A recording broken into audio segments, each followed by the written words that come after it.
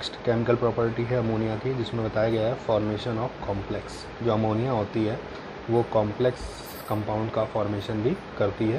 तो जैसे कि zinc sulphate first form zinc hydroxide which dissolve in excess of ammonium hydroxide due to formation of complex. ठीक है, तो जब हम जिंक सल्फेट के साथ रिएक्शन कराते हैं अमोनियम हाइड्रोक्साइड की, ठीक है, यानी कि अमोनिया की एक्वस सॉल्यूशन की, तो सबसे पहले ये जिंक हाइड्रोक्साइड बनाता है। और जिंक हाइड्रोक्साइड में यानी जो बना आपका सब्सटेंस है उसमें जब एक्सेस में अमोनिया का एक्वस सॉल्यूशन यानी अमोनियम हाइड्रोक्साइड पास कराते हैं तो जो उसको एक कॉम्प्लेक्स कंपाउंड में कन्वर्ट कर देता है। यानी ZnSO4 प्लस NH4 का NH4OH, ठीक है, अमोनियम हाइड्रोक्साइड यानी अमोनिया के एक्वस सॉल्यूशन की सबसे पहले हमने जिंक सल्फेट के साथ रिएक्शन कराई, जिससे इसने क्या करा, ZnOH का होल ट्वाइस यानी जिंक हाइड्रोक्साइड बनाया और अमोनियम सल्फेट का फॉर्मेशन करा।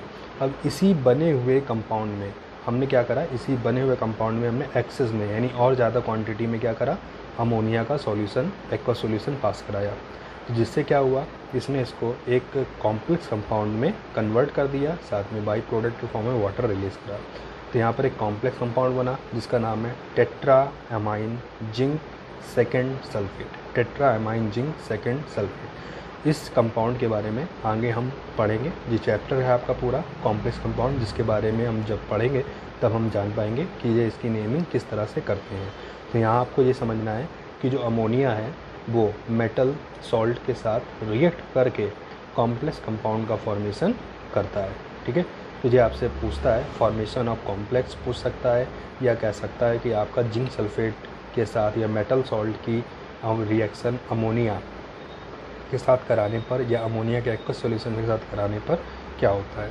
ठीक है, या अमोनिया के द्वारा कॉम्प्लेक्स फॉर्मेशन को एक्सप्लेन करिए।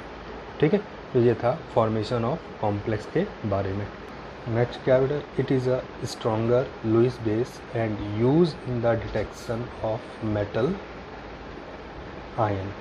ठीक है, तो ये एक आपका एक स्ट्रॉन्गर लुईस बेस होता है और इसका यूज़ हम करके किसी भी मेटल आयन को डिटेक्ट कर सकते हैं कि उस किसी कंपाउंड में कौन सा मेटल आयन प्रेजेंट है। जैसे कि कॉपर आयन की प्रेजेंस का अगर हमें आइडेंटिफिकेशन करना होगा तो उसकी हम अमोनिया के साथ रिएक्शन करा देंगे। ठीक है, ऐसा करते ही जो कॉपर का एक्वस सॉल्यूशन जिसमें कॉपर आयन प्रेजेंट है, अमोनिया के साथ रिएक्ट करके कॉपर टेट्रामाइन कैटायन फॉर्म करता है। ठीक है, और ऐसा होने से इसका जो कलर है वो कैसा हो जाता है, deep blue. Deep blue colour का मतलब जो आपके पास सॉल्यूशन दिया गया था, सब्सटेंस दिया गया था, उसमें कौन प्रेजेंट है, कॉपर आयन प्रेजेंट है।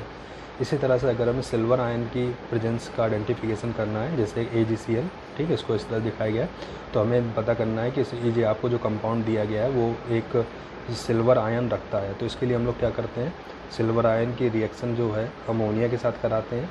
सिल्वर आयन जो होता है, सिल्वर क्लोराइड, वो वाइट प्रेसिपिटेट के फॉर्म में होता है और जैसे हम उसमें अमोनिया पास करते हैं वो उसके साथ रिएक्ट करता है। ठीक है, और एक आपका सिल्वर का डाइअमाइन क्लोराइड कॉम्प्लेक्स बनाता है जो कि वाइट प्रेसिपिटेट से कलरलेस यानी वाटर के जैसा सब्सटेंस फॉर्म कर देता है, जो कंफर्म हो जाता है कि जो आपको कंपाउंड दिया गया था उसमें क्या प्रेजेंट है, सिल्वर आयन प्रेजेंट है। तो किसी भी मेटल आयन की प्रेजेंस को अगर हमें आइडेंटिफाई करना है तो उसके लिए हम उसकी रिएक्शन अमोनिया के साथ कराते हैं, जो कि उसके साथ रिएक्ट करके अलग अलग कलर, अलग अलग प्रेसिपिटेट का फॉर्मेशन करके हमें उस मेटल आयन का फॉर्मेशन बताता है कि उसमें कौन सा मेटल आयन प्रेजेंट है। ठीक है, नेक्स्ट है बेटा रिएक्शन विथ नेसलर रीजेंट।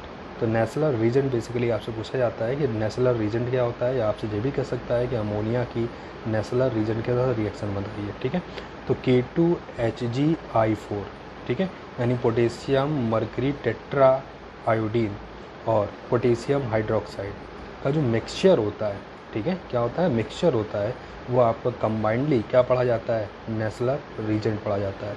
तो जब हम नेसलर रीजेंट के साथ अमोनिया की रिएक्शन कराते हैं तो ये अमोनिया के साथ रिएक्ट करके एक ब्राउन कलर का प्रेसिपिटेट फॉर्म करता है, ठीक, जो कि H2NHgOHgI का होता है। इसको हम लोग पढ़ते हैं आयोडाइड ऑफ मिलन्स बेस। क्या बनाता है, आयोडाइड ऑफ मिलन्स बेस का फॉर्मेशन करता है, साथ ही पोटेशियम आयोडाइड और वाटर रिलीज करता है। तो आपको यहाँ ध्यान क्या देना है, नेसलर रीजेंट क्या होता है, और नेचुरल रीजन के साथ अगर अमोनिया की रिएक्शन कराते हैं तो ये ब्राउन प्रेसिपिटेट फॉर्म करता है किसका, आयोडाइड ऑफ मिलन स्पेस, जिसका फॉर्मूला क्या होता है NH2HgOHgI। ठीक है, तो ये केमिकल प्रॉपर्टीज़ थी अमोनिया की जो अमोनिया शो करता है।